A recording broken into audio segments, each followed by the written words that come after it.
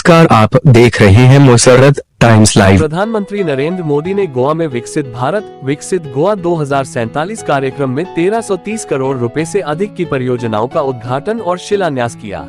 इस पर हमारे संवाददाता दिलीप यादव की रिपोर्ट। प्रधानमंत्री श्री नरेंद्र मोदी ने आज गोवा में विकसित भारत विकसित गोवा 2047 कार्यक्रम में 1330 करोड़ रुपए से अधिक की विकास परियोजनाओं का उद्घाटन और शिलान्यास किया है।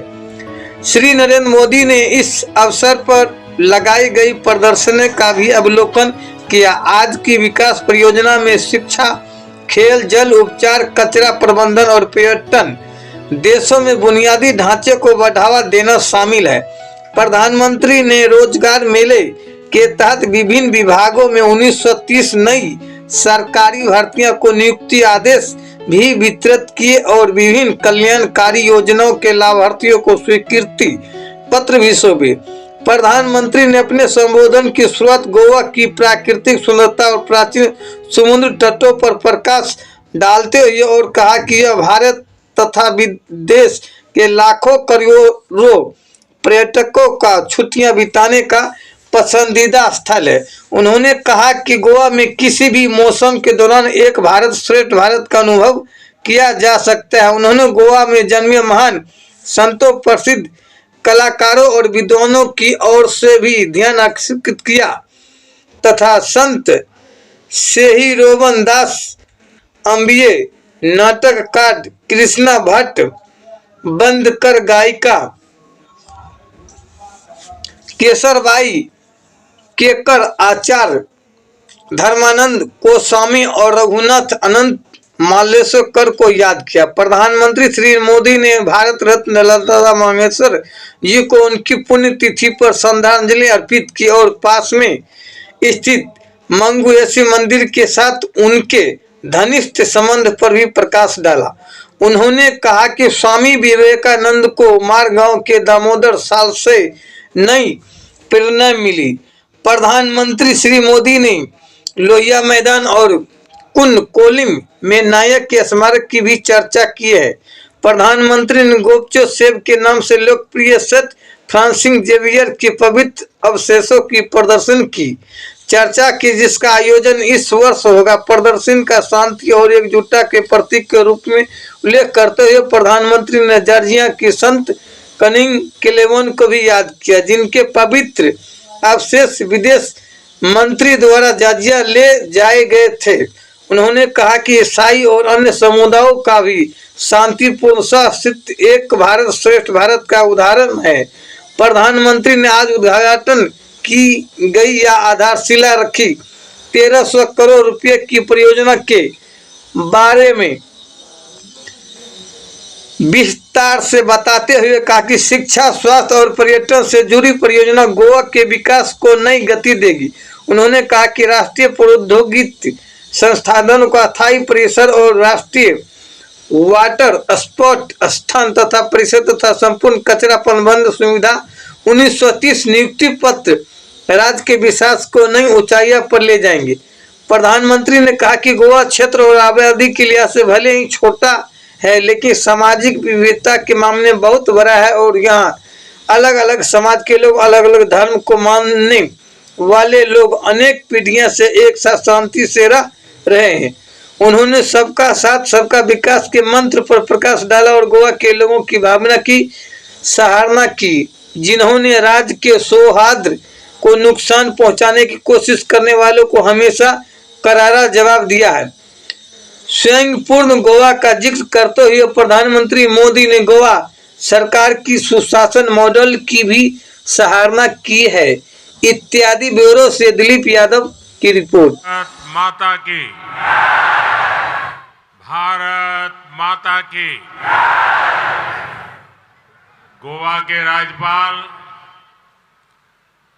पीएस श्रीधरन पिल्लई जी, यहाँ के युवा मुख्यमंत्री प्रमोद सावंत जी, केंद्रीय मंत्रिमंडल में मेरे सहयोगी गण, अन्य महानुभाव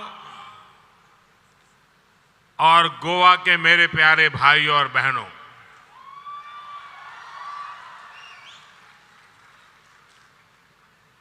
समेस्त गोयंकारांगा मना कालजा सावन नमस्कार।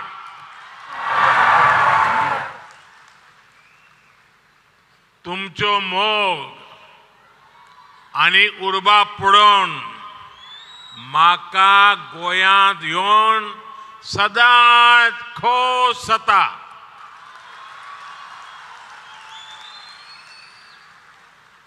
साथियों, गोवा को यहाँ के सुंदर समुद्र तटों के लिए, प्राकृतिक सुंदरता के लिए हमारा गोवा जाना जाता है। देश विदेश के लाखों पर्यटकों का फेवरेट हॉलिडे डेस्टिनेशन गोवा ही है।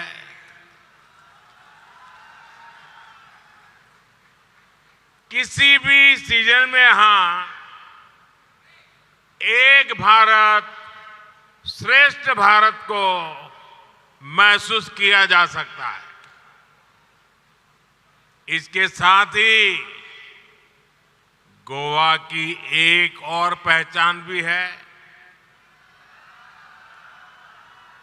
गोवा की इस धरती ने कई महान संतों, मशहूर कलाकारों और विद्वानों को भी जन्म दिया है। आज मैं उन्हें भी याद करना चाहता हूं। संत सोयरोबनाथ आंबिये,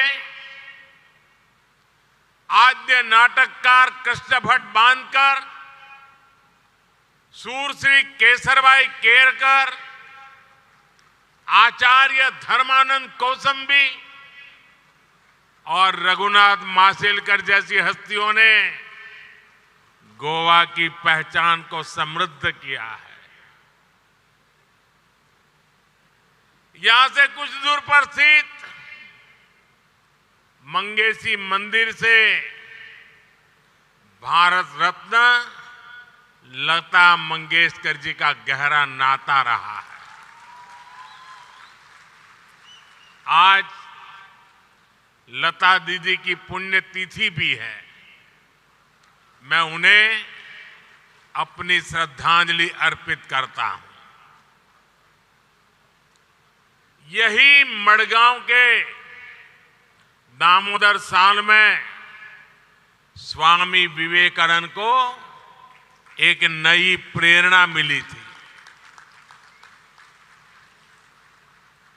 यहां का ऐतिहासिक लोहिया मैदान इस बात का प्रमाण है कि जब देश के लिए कुछ करने की बात आती है तो गोवा के लोग कोई कसर बाकी नहीं छोड़ते। कंकोलिम का चिपटेंस मेमोरियल गोवा के शौर्य का प्रतीक है। साथियों, इस साल एक महत्वपूर्ण आयोजन भी होने वाला है। इसी साल सेंट फ्रांसिस जेवियर के रेलिस की एक्सपोजिशन, जिसे आप गोयंचो साहिब के नाम से जानते हैं, वो भी होने वाली है। हर 2 साल में होने वाली ये एक्सपोजिशन हमें शांति और सद्भाव का संदेश देती है। मुझे याद है जॉर्जिया की क्वीन सेंट केटेवान का जिक्र तो मैं मन की बात में भी कर चुका हूं। सेंट क्वीन केटेवान के होली रेलिस को जब हमारे विदेश मंत्री जॉर्जिया लेकर गए थे तो वहां जैसे उनका पूरा देश सड़कों पर उतर आया था। सरकार के बड़े बड़े प्रतिनिधि तब एयरपोर्ट पर आए थे। क्रिश्चियन कम्युनिटी और अन्य धर्मों के लोग जिस तरह गोवा में मिलजुल कर रहते हैं, वो एक भारत श्रेष्ठ भारत की बहुत अद्भुत मिसाल है। साथियों, अब से कुछ देर पहले गोवा के विकास के लिए 1300 करोड़ रुपए की योजनाओं का लोकार्पण और शिलान्यास हुआ है। शिक्षा, स्वास्थ्य और पर्यटन से जुड़ी ये परियोजनाएं गोवा के विकास को और रफ्तार देगी। आज यहां नेशनल इंस्टीट्यूट ऑफ टेक्नोलॉजी और national institute of water sports के कैंपस का उद्घाटन हुआ है। इससे यहां पढ़ने और पढ़ाने वालों की सुविधा और बढ़ेगी। आज यहां जिस इंटीग्रेटेड वेस्ट मैनेजमेंट फैसिलिटी का उद्घाटन हुआ है, उससे गोवा को स्वच्छ रखने में मदद मिलेगी। आज यहां 1900 से ज्यादा युवाओं को सरकारी नौकरी का नियुक्ति पत्र दिया गया है। मैं आप सभी को इन सभी कल्याण कार्यों के लिए बहुत बहुत बधाई देता हूं। मेरे परिवारजनों, गोवा क्षेत्र और आबादी के लिहाज से भले ही छोटा है, लेकिन सामाजिक विविधता के मामले में हमारा गोवा बहुत बड़ा है। यहां अलग अलग समाज के लोग, अलग अलग धर्म को मानने वाले लोग एक साथ रहते हैं, अनेक पीढ़ियों से रहते हैं।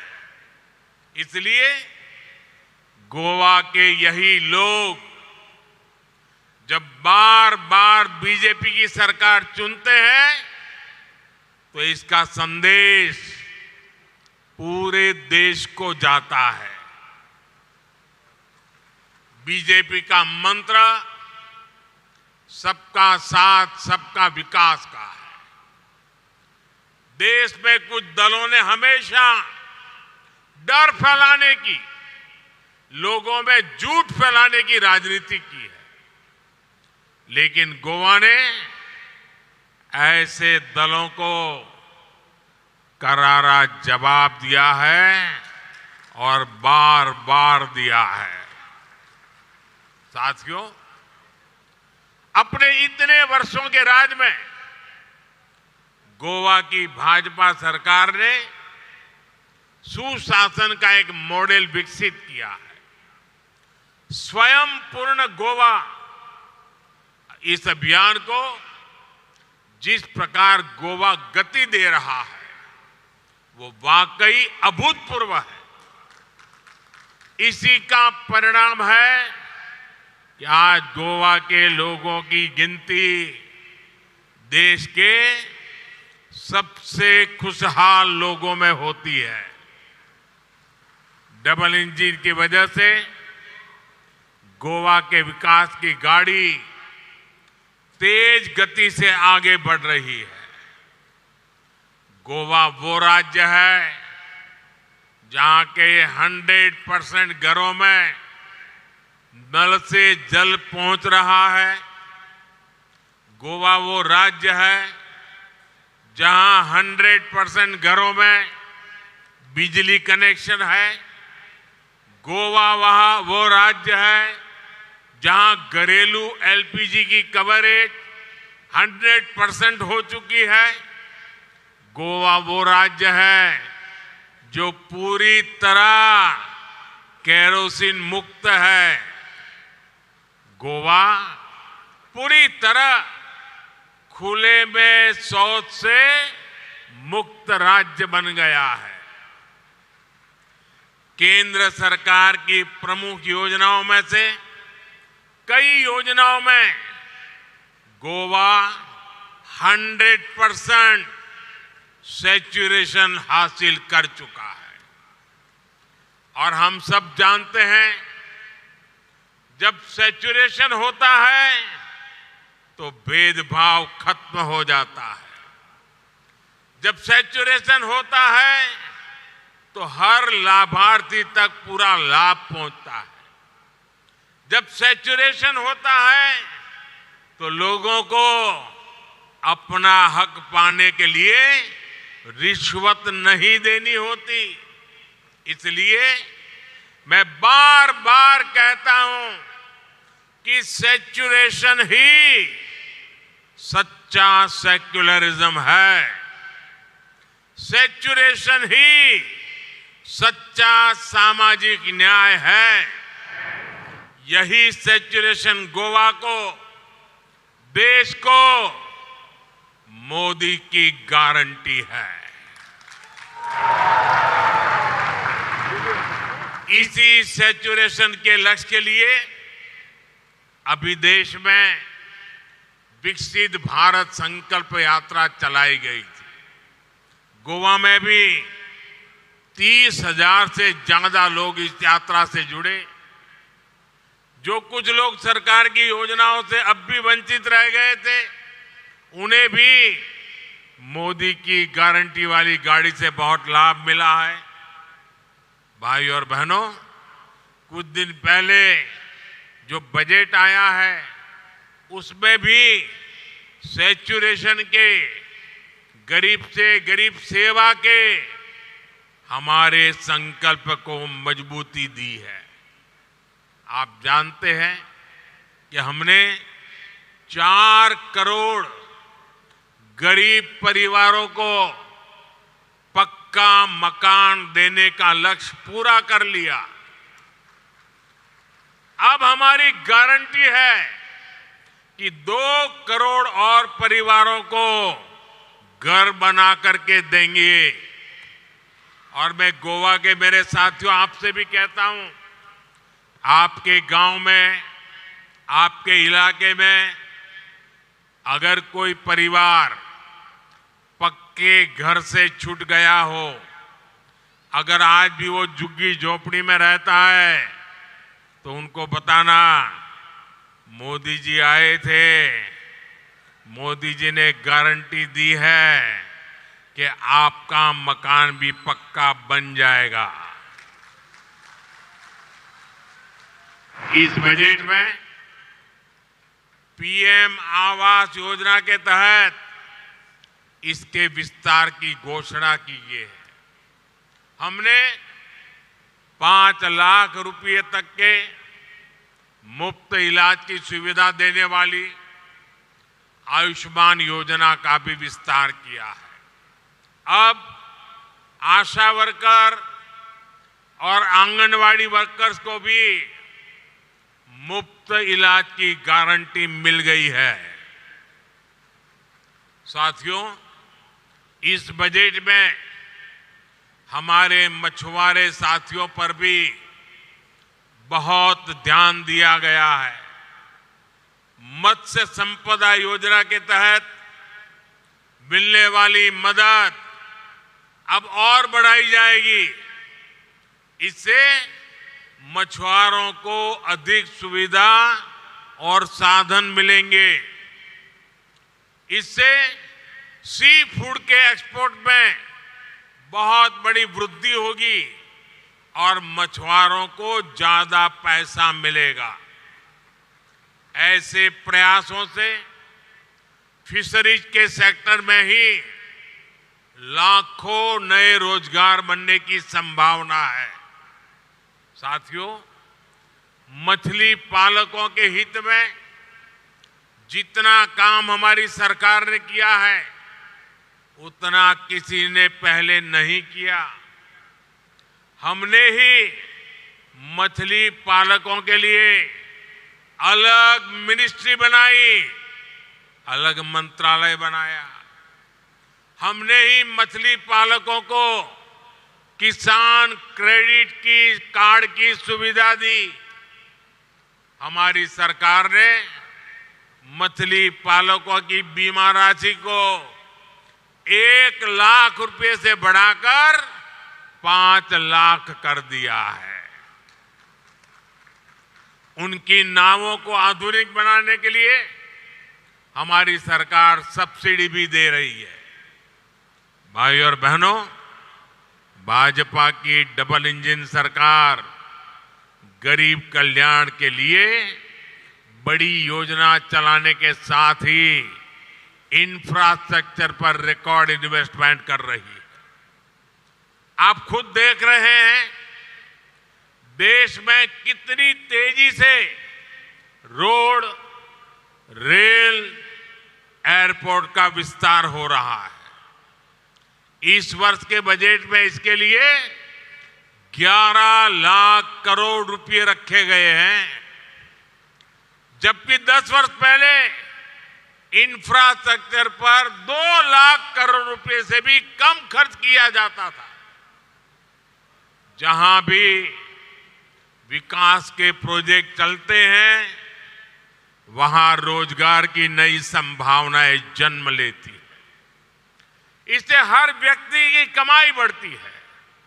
साथियों, हमारी सरकार गोवा में कनेक्टिविटी बेहतर करने के साथ ही इसे लॉजिस्टिक हब बनाने के लिए भी काम कर रही है।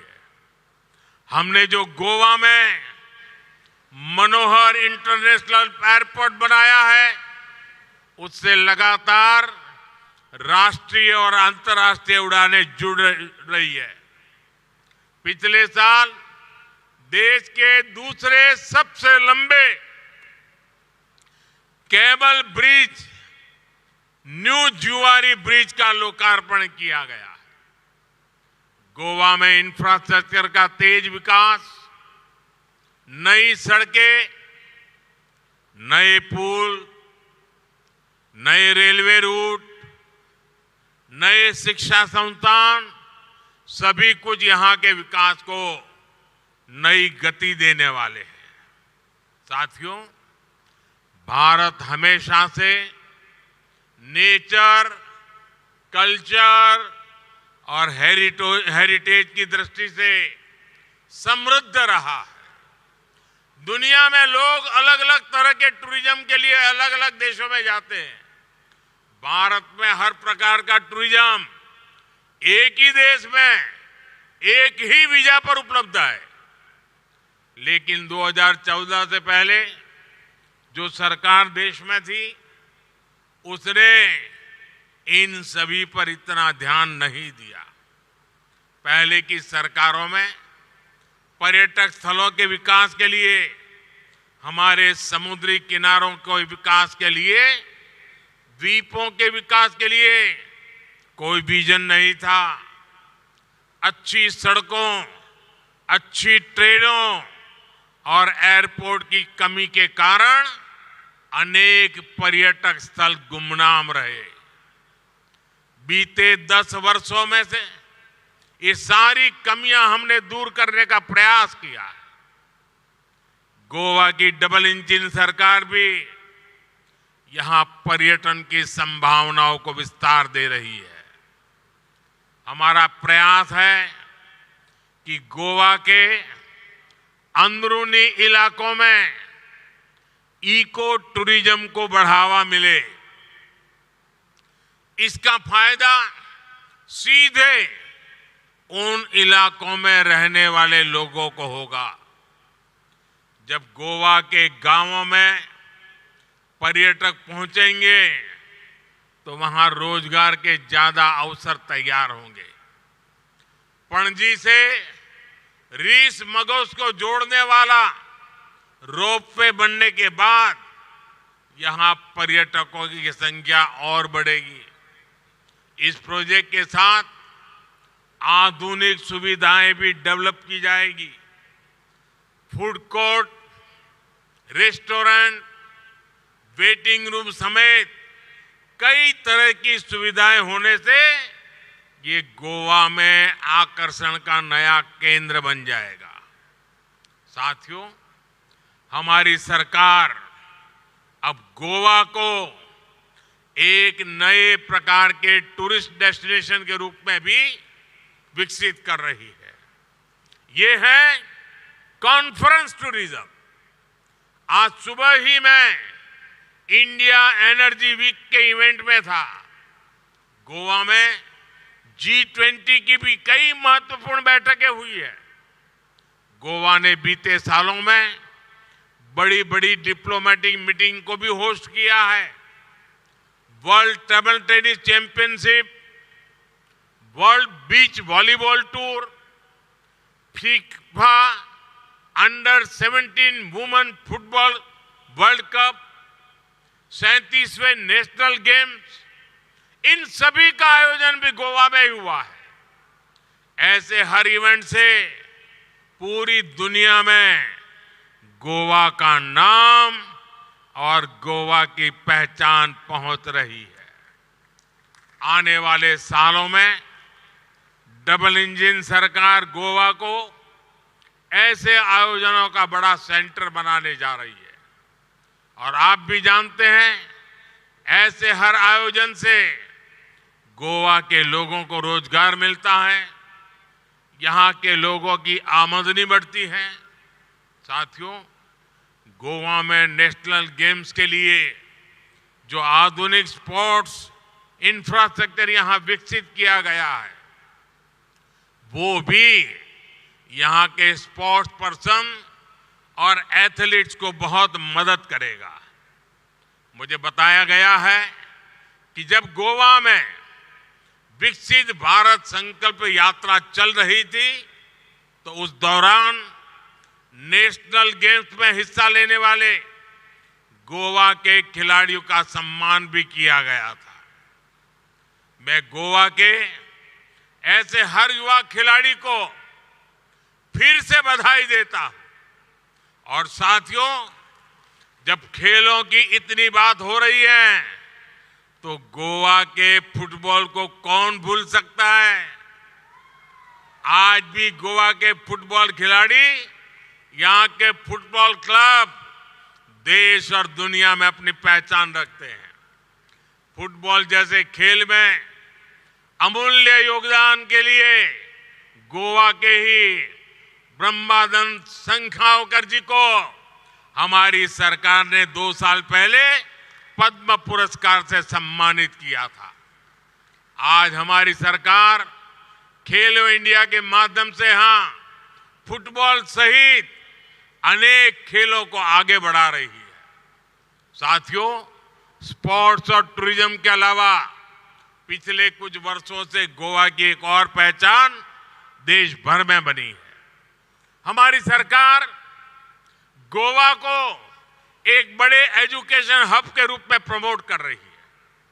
यहाँ के कई संस्थान देश भर के स्टूडेंट्स के लिए ड्रीम इंस्टीट्यूट बन गए हैं। आज जो नए संस्थान शुरू हुए हैं, वो भी गोवा के युवाओं को देश में बन रहे नए अवसरों के लिए तैयार करेंगे। युवाओं के लिए भी हमारी सरकार ने बजट में एक महत्वपूर्ण ऐलान किया है। रिसर्च और इनोवेशन पर 1 लाख करोड़ रुपए का फंड बनाया जाएगा। इससे टेक्नोलॉजी के क्षेत्र में इनोवेशन को बढ़ावा मिलेगा और इसका फायदा इंडस्ट्री को होगा, हमारे युवाओं को होगा। भाइयों और बहनों, गोवा के तेज विकास के लिए सबका प्रयास जरूरी है। मुझे गोवा के सभी परिवारजनों पर पूरा भरोसा है। मुझे विश्वास है कि मोदी की गारंटी से गोवा के हर परिवार का जीवन बेहतर होगा। फिर एक बार आप सभी को इन विकास कार्यों की बहुत बहुत बधाई देता हूं। बहुत बहुत धन्यवाद। भारत माता की, भारत माता की, भारत माता की। बहुत बहुत धन्यवाद।